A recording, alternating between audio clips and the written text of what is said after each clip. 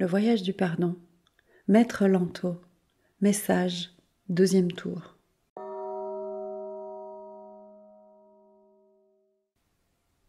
Chers frères de la planète Terre, je suis Lanto. Le fait d'être sur le chemin du pardon est un motif de grande paix et de gratitude envers Dieu Père-Mère pour avoir pu aider chacun d'entre vous sur ce chemin. Oui, le voyage est encore long. Beaucoup de choses vont se passer avant la fin de ce voyage pour chacun d'entre vous. Pas nécessairement dans votre environnement. Il est important que chacun d'entre vous commence à percevoir et à observer ce qui se passe autour de lui, ce qui arrive aux personnes qui l'entourent, ce qui arrive au monde qui l'entoure. Et quand je fais référence au monde, je ne parle pas du monde extérieur. C'est ce petit monde dans lequel vous vivez, votre maison, votre famille. Disons que cela va de votre porte d'entrée où vous habitez à l'intérieur. Observez ce qui se passe à l'intérieur de votre maison. Commencez à prêter attention à chaque instant, à chaque petit mot que vous ou les autres prononcez. Apportez la sagesse nécessaire pour savoir comment faire face à chaque petit défi. Les grands défis n'arrivent pas avant que vous ayez surmonté les précédents.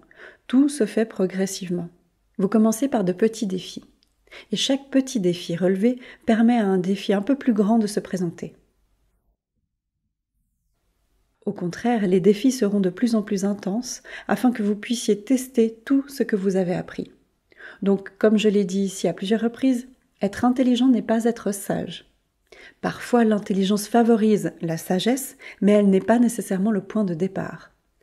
Être sage, c'est comprendre, c'est observer, c'est faire le bon choix dans le cadre du problème présenté, de sorte qu'à la fin, vous trouviez la solution à cette leçon et que vous puissiez effectivement la comprendre et la traverser. Et surtout, qu'elle soit donnée comme apprise et résolue. Les défis se présentent chaque jour, à chaque instant.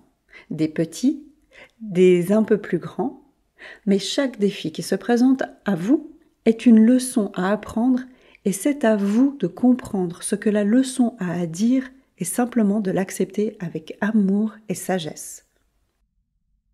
L'important à chaque instant est de remplir son cœur d'amour et de remettre à sa propre voix le pas en avant que l'on fera. Parce que tout choix fait avec amour, tout choix fait avec confiance ne mène jamais au mauvais chemin.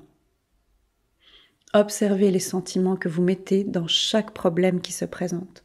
La question n'est pas d'être inférieur, la question n'est pas d'être humble, la question n'est pas d'être soumis. Vous pouvez rêver de tout ce que vous voulez. Vous pouvez rêver de la solution d'un problème de manière extrêmement belle, pour autant que tout cela soit fait avec amour, et que vous et le tout soyez toujours pris en compte. Vivre en équilibre, ce n'est pas vivre en attirant la pauvreté. Vivre en équilibre, ce n'est pas cesser d'attirer les richesses parce que vous pensez que c'est injuste. Vivre en équilibre, ce n'est pas rester malade parce que vous pensez que Dieu Père-Mère vous accueillera ainsi.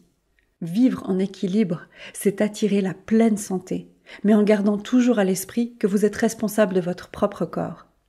Vivre en équilibre, c'est attirer l'abondance, la prospérité, et ne pas penser que c'est mal.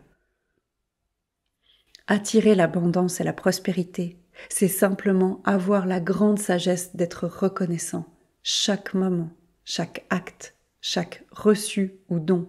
Même si ce que vous ne recevez pas, vous le trouvez injuste, soyez reconnaissant, car c'est une manière pour l'univers de vous dire « ce n'est pas bon pour vous, attendez, de meilleures choses vont arriver ». Ne vous plaignez pas de ce que vous n'avez pas, ne vous plaignez pas de ce que vous voulez et trouvez absurdement impossible. Il suffit de s'abandonner à la gratitude, de s'abandonner à l'abondance de l'univers et d'être assuré que le comment n'est pas votre problème.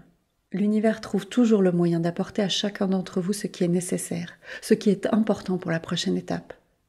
Alors soyez sages, soyez reconnaissants et ayez confiance que toujours, même si le pas en avant est difficile, douloureux, parfois même pervers dans votre concept, croyez-moi, il y a le but d'un nouveau voyage, le but d'un nouveau chemin.